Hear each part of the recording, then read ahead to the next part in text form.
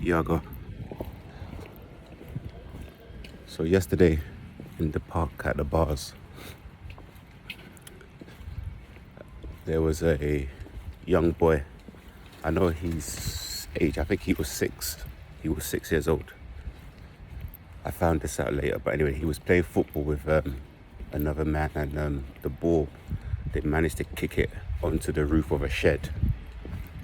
So they couldn't play anymore. So the mum, she came to me, started talking to me, or if I could help them, they'd kick the ball over. And from talking to the mum, from seeing, looking at her, I worked out that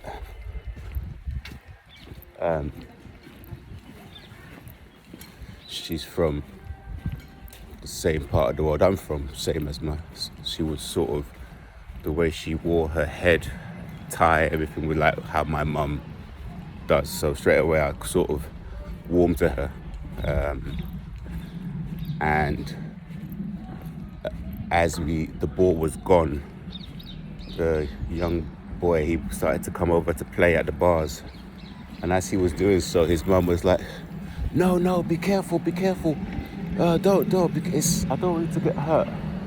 And I told the mum, no, it's fine, that I can help. So I was under him, carried him up, lifting him up so he could grab onto the bars, and he was climbing the bars doing, where you swing from bar to bar. And there was another young boy doing the exact same thing. So as I was helping this boy, and the mum was saying, be careful, I shouted over to the lady that was with her son, and I said, how old's your son? This was another boy that was doing the same thing. She said, oh, he's 8. And I goes, you see, look, there's another boy that's doing exactly the same as your son. And the other mum, not the one that looked like me, but the other one, said to her, no, it's fine. It's good for them to climb up on the bars and to practice and to, try something. So she calmed down and she let him. So he was there, and as he's climbing, and I was doing exercise and watching him and making sure he was all right, more and more people joined the park. Now, as people were joining, when I was not watching, the young boy would go and say to one of the other people, oh, can you help me? Can you pick me up? And the response he got from the person who came to exercise was different for each one. So some of them panicked, which is fine, because we live in a time where, if there's a child and you're an adult and you're seen to engage with a child, it can be looked at as something what it's not going to do. I'm not going to say it on here, it's the PDF, all these different funny things. And you could just tell by, obviously with me, with my history, with what I am, I could obviously sense the heart space of everyone who turned up. And when he would talk with someone that was not channeling the sort of mantras or vibrating where they needed to be, I would tell him, don't talk to strangers like that. And when it wasn't, I wouldn't say anything. And what I could see was that the people who, I want to say, are pure at heart or purer, because nobody's well or flawed, when he asked them for help, they just picked him up and they didn't think anything. There was a big kind of African looking guy, a really sweetheart, but he looked like an absolute warrior. He picked the little boy up and he helped him carried him up into the bars. And there was another young man who was there, and the man looked at me like he was like not sure. And I'm not saying that because he reacted this way that there was something wrong with him, or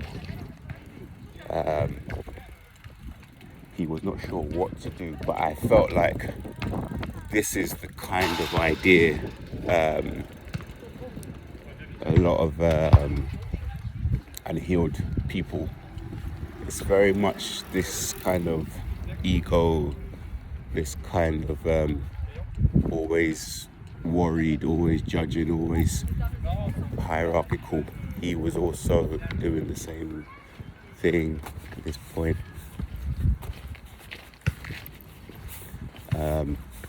overthinking things. It's a lot of thinking that goes into not just being, not just allowing. It's very normal to help children, to play with children, to direct children, if you're coming from the right place. And I think I did this a couple of weeks ago, where there's also an adventure playground close to where I work out, and I had my skates and they had their skates, and I had told the kids if they wanted to have a lesson, they should go and ask permission from the adults. But because of our heart space, you attract kids because they just automatically feel safe. But I just wanted to make a note about this young boy and how he was being kind of untethered. He was the way his mum was being was kind of overprotective, and the way he was being was like there was no sense of danger, energetic danger, feeling of like intuition, which can be nurtured over time. But because of his, I don't know if it's,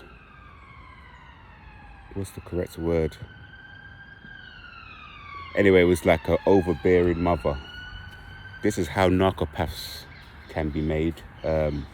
This maladaptive mental illnesses can be made this way when you smother your children, you over praise them for things they're doing that's very normal, or you sort of